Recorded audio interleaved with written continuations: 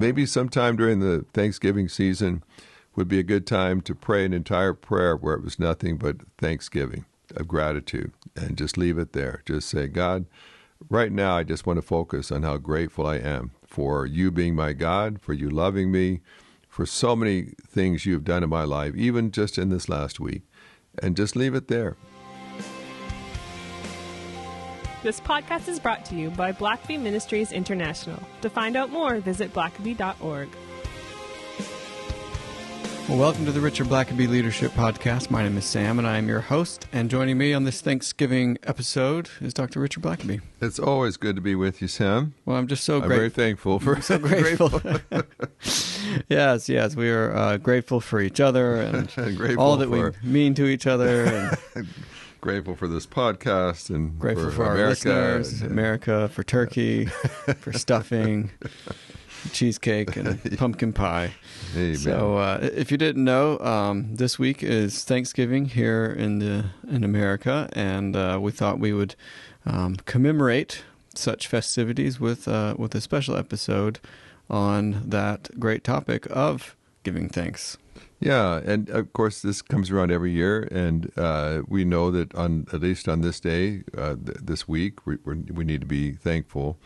And, there's a lot, I think every year we kind of at least pause and consider a little bit about just our Thanksgiving, what we are grateful for. Some years are tough. Some years maybe you've gone through a really tough year. Maybe you've lost your job, or you've lost a loved one, or just, your health has struggled. There's years that are better than others in most of our lives. And sometimes if it's been a particularly difficult year, you might think, I don't know that I'm thankful for anything this year. I'm just glad this year is almost over. Hopefully next year will be better. But, at the same time, I realize that there's something very powerful about gratitude, about Thanksgiving. And we've mentioned this in years past, but I think one healthy exercise sometime, and it's kind of difficult to do, but taking time to be grateful for things that didn't happen. I was almost in a car accident, but we narrowly missed each other, or I almost missed that flight connection, and that was the last one of the day, but it was delayed, and I had that one time a year or two ago going through Amsterdam, and we got away late, and they're announcing when we landed that my flight would have been gone, and I'd have to get another one, and here I am in Amsterdam trying to get a flight to Atlanta, and I went through all kinds of stressful moments trying to figure out what other flight I could get on, or what other airline, or if I had to stay overnight at that airport. And then suddenly, after about 30 minutes of nothing was working, it dawns on me that my flight is the one I was connecting with actually was running about 45 minutes late, and it's still sitting at the gate after all that. And then all of a sudden it's, from the depths of despair, it's suddenly you're so grateful for once that you had a flight that was delayed 45 minutes. Yeah, and we've definitely been there. And then all of a sudden you go from frustration at a plane that just didn't seem to be in a hurry to leave, to now you're so grateful that this plane's still sitting there, and so just when and there's lots of ways you can do that. Whenever I see maybe hear people on social media they lost their job, or they are facing bills, or they've just not been treated well. There's so many times I need to just stop and just say, God, I'm just so grateful that, not that I deserve to be where I am, but I'm just so grateful that I don't have those problems. At least right now I don't. And, or, sometimes go walk through Children's Hospital and just see what some families go through. And then realize, I was so fortunate. God just really blessed me with healthy kids or healthy grandkids, or there are just so many people facing such difficulty, and maybe we are too, but there's so many difficulties we're not facing that we could have, and I think sometimes it's it's good just to be grateful for that. Just thank God that your kids somehow managed to get through their teen years without getting involved in drugs or doing all kinds of things that a lot of other teenagers did, or that you might not have had the most lucrative career that anyone's ever had, but you had a solid one, and God blessed you with some good bosses over the years, and or just a good church. There's lots of churches that are struggling these days, and if God's put you in a good one, then be grateful for that. Or if you're not in a bad one, be grateful for that. And I think the other thing too is just being grateful for the small things. It's great to be grateful when a big thing happens. You find out an uncle that you didn't even know you had just left you in his will, and you're like, wow, that's awesome. But what about just the many little things that happen along the way? And I mean, you can over spiritualize some those things, and it's not. There are things that can happen in your life. Maybe God did that directly, or maybe this was just a good day. But to be grateful for just the small things in your life, and if you are willing to just take a moment and be grateful for the little things in your life, then you're going to be hard pressed to go through an entire day without seeing something that would be worthy of your gratitude. And so, so those two things in particular, I would just highlight at the outset to say, one, in this season, maybe take a moment and just express gratitude for some bad things that have not happened to you.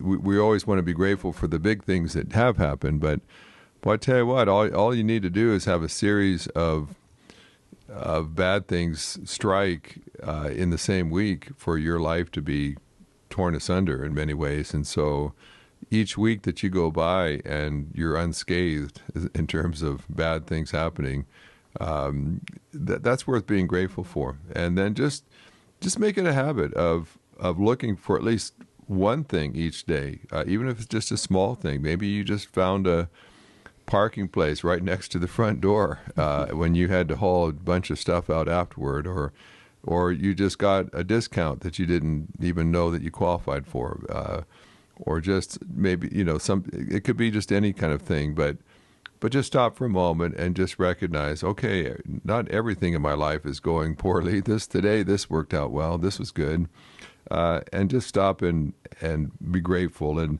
there is an interesting passage just to look at for a moment in Philippians 4. We know this well. There's a lot here, but it begins beginning of verse 6. It says, "Don't worry about anything." And of course, worry is in many ways almost the opposite of gratitude. It's oftentimes when you worry, you're worried about things that could happen, might happen. And the opposite of that would be being grateful for what did happen, and you're grateful for it, instead of worrying about things that could happen that perhaps haven't happened yet. And so it says, don't worry about anything. And of course, anything is all-inclusive. That means you should never worry.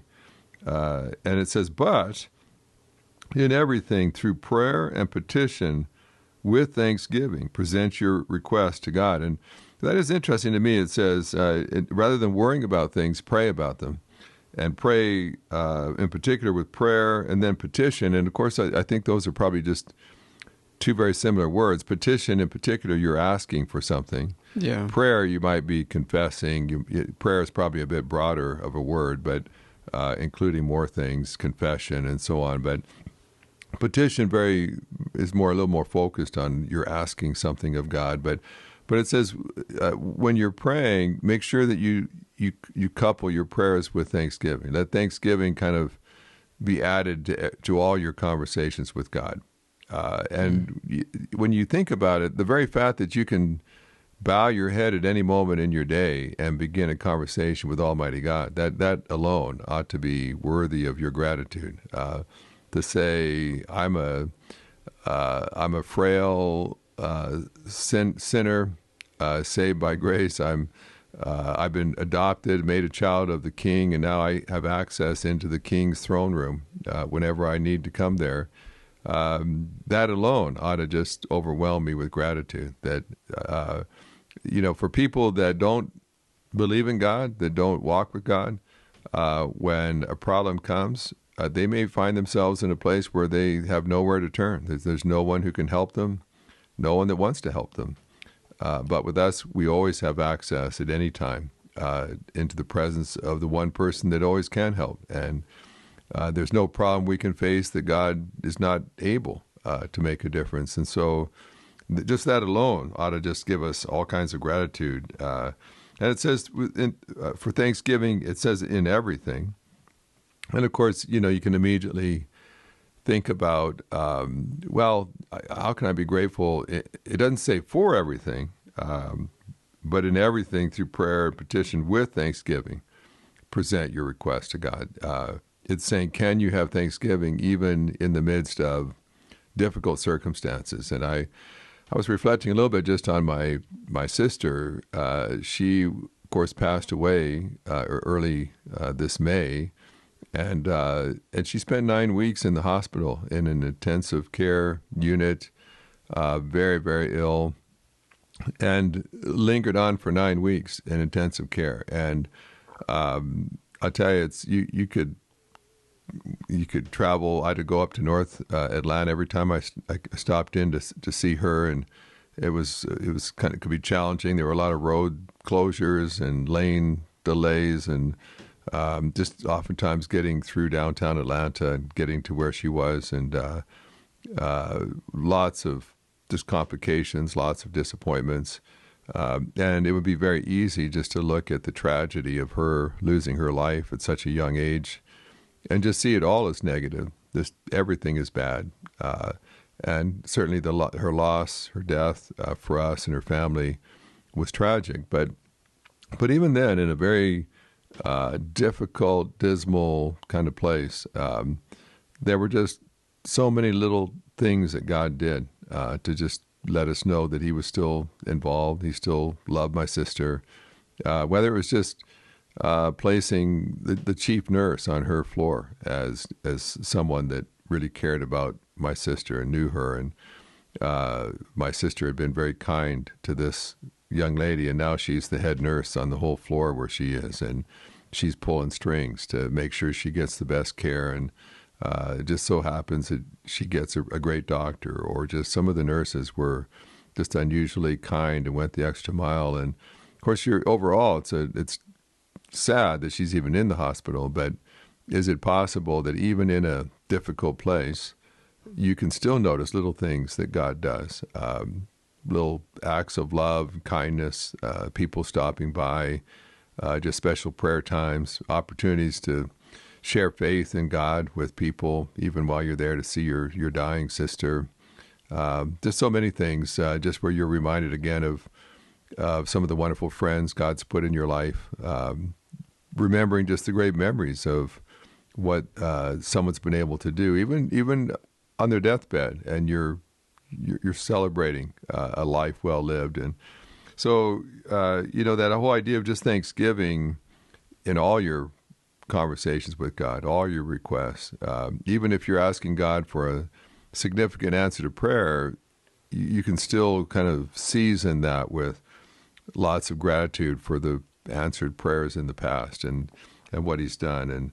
And so it goes on then, so that it's saying pray with an attitude of thanksgiving.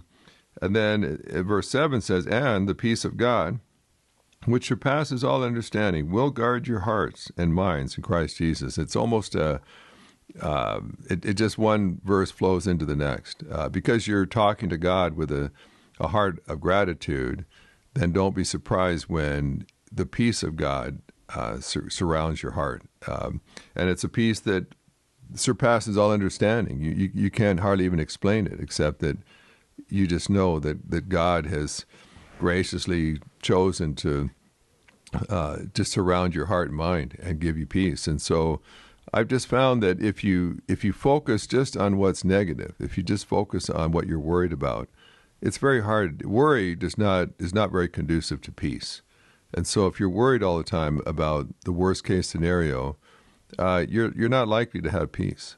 But if you are constantly thanking God for what hasn't happened or what he has done, then that gives you an attitude of the fact that God is good, that He does care about you, that He has a track record of ministering to you and expressing His love to you. And so I find that there's just something powerful about keeping an attitude of thanksgiving, that when you do that, it tends to help you stay positive.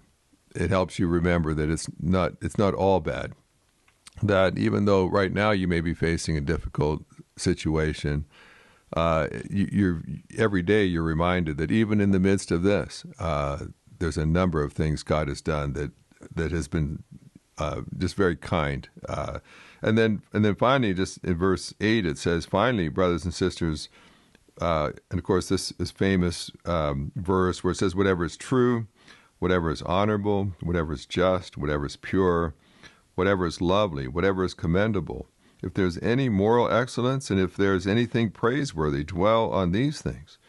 And then it just goes, finishes that section and says, "Do what you have learned and received and heard from me and seen in me, and the God of peace will be with you." And so basically Paul's saying, guard your mind. Our minds can so easily be swayed into negativity, into just thinking about our problems, about what we don't have, worrying about what could happen.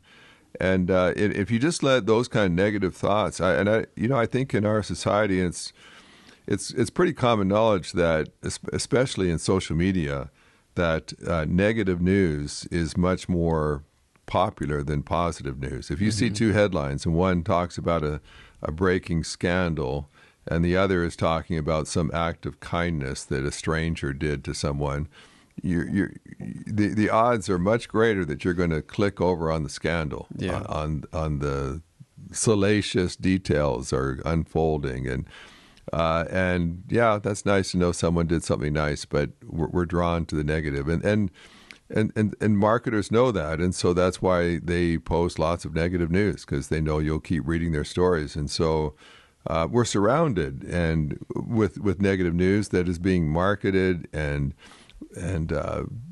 all prettied up for us to attract us and draw our attention to that. And so if you're not careful, your mind is full of just the opposite of what Philippians 4:8 talks about, what's true and lovely, of good repute. And instead, our minds are just filled with negativity. And so, I think anybody, everyone has challenges in life. And so if you're not careful, anyone could have a negative bent. And I think what I'm seeing here in part in these verses is Thanksgiving is, in a sense, an antidote to worry, to negativity, to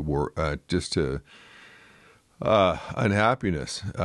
Thanksgiving just does a couple of things. One, it keeps you God-focused instead of self-focused. Self-centered people are typically negative, unhappy people because we're just not going to find joy just in ourselves.